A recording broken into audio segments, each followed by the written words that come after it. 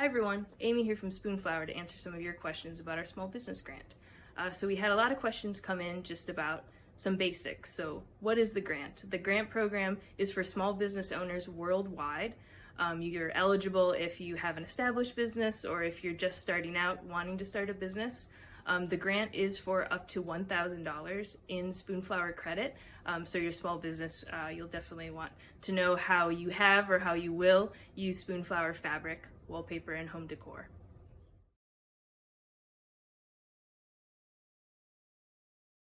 So there were a few questions about what types of businesses this grant can support.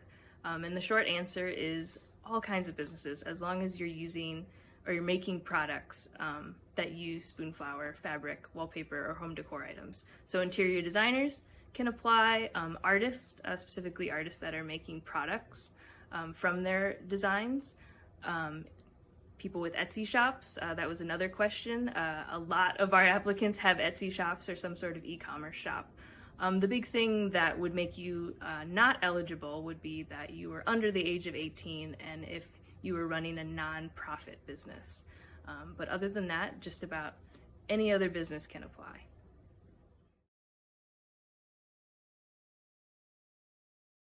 So what do you need to apply for the small business grant? The application form is live now, so I highly recommend logging in and just taking a look, see what you have and see what you still need.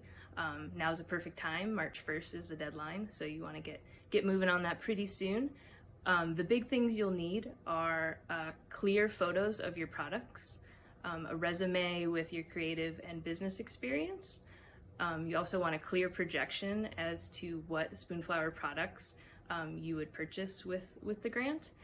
The last thing is there are a few questions that you'll need to answer. Some of the more important ones are, what is your business in a nutshell?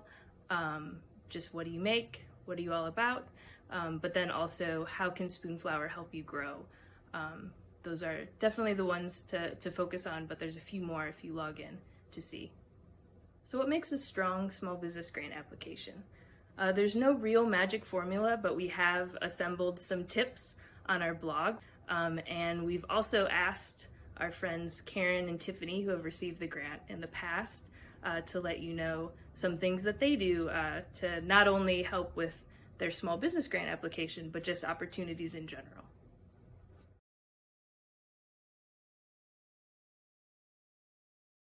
Hi, I'm Karen Barbé. I'm a designer, embroiderer, and the author of the book Color Confidence Stitching. In 2009, I founded my design studio, and since then I've been doing all kinds of projects related with crafts.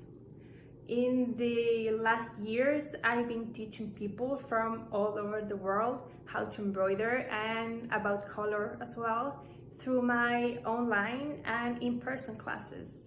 Hi, my name is Tiffany McKnight and I am an artist based in Oklahoma City. In my free time, I enjoy dabbling with pattern design. I enjoy painting murals, doing creative direction, and a whole plethora of other projects where I can showcase my gifts and talents in visual art.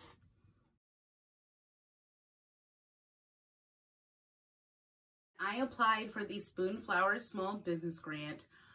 At the time, I was working with my mother and another local artist named Barbé to create masks for the pandemic.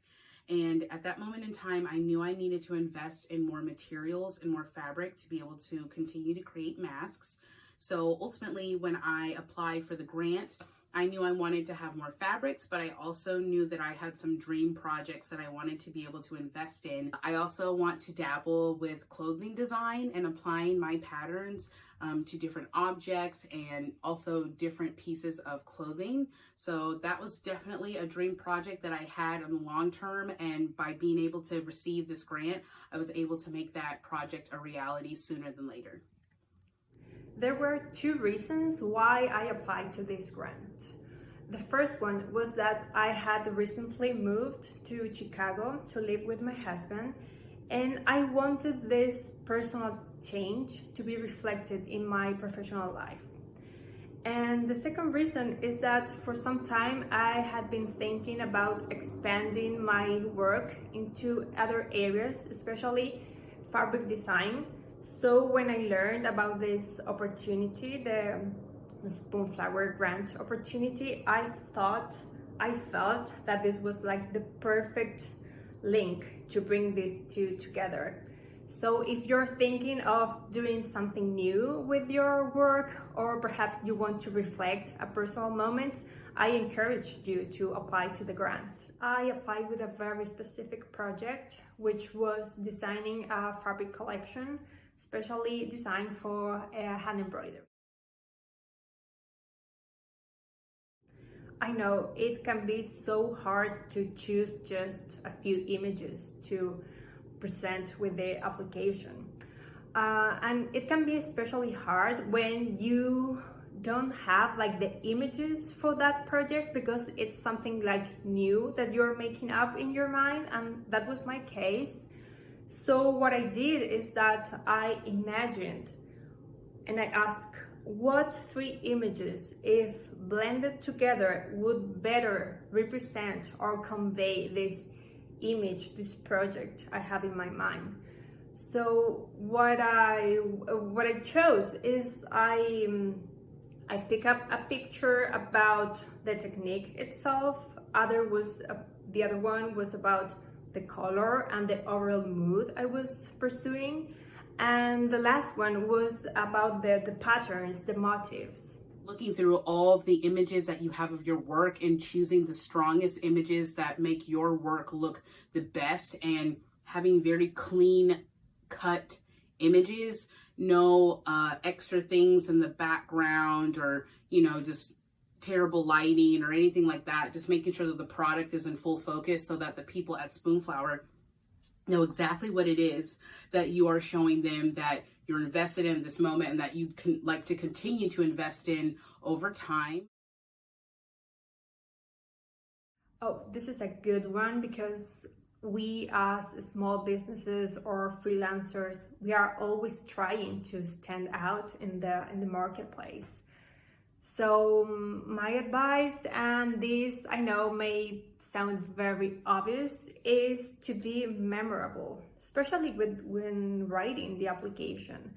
This is something someone told me: write something that will really stick out from all the rest. Like, tell a story, tell something that is unique to you, and it will be remembered.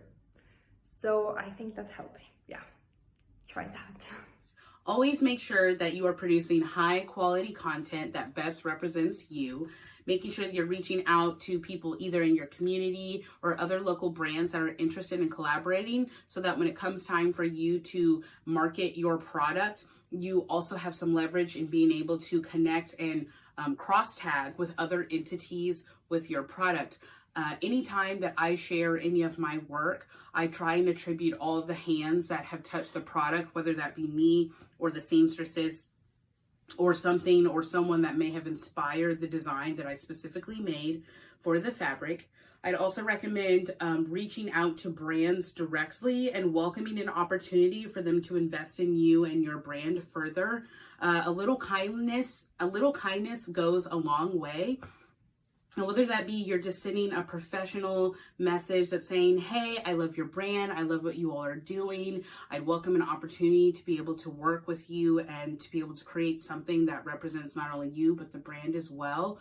Over time, I'd say just try and approach that organically, and I'm sure that you will have some follow through if you're persistent and you continue to just keep showing up for yourself and your brand consistently.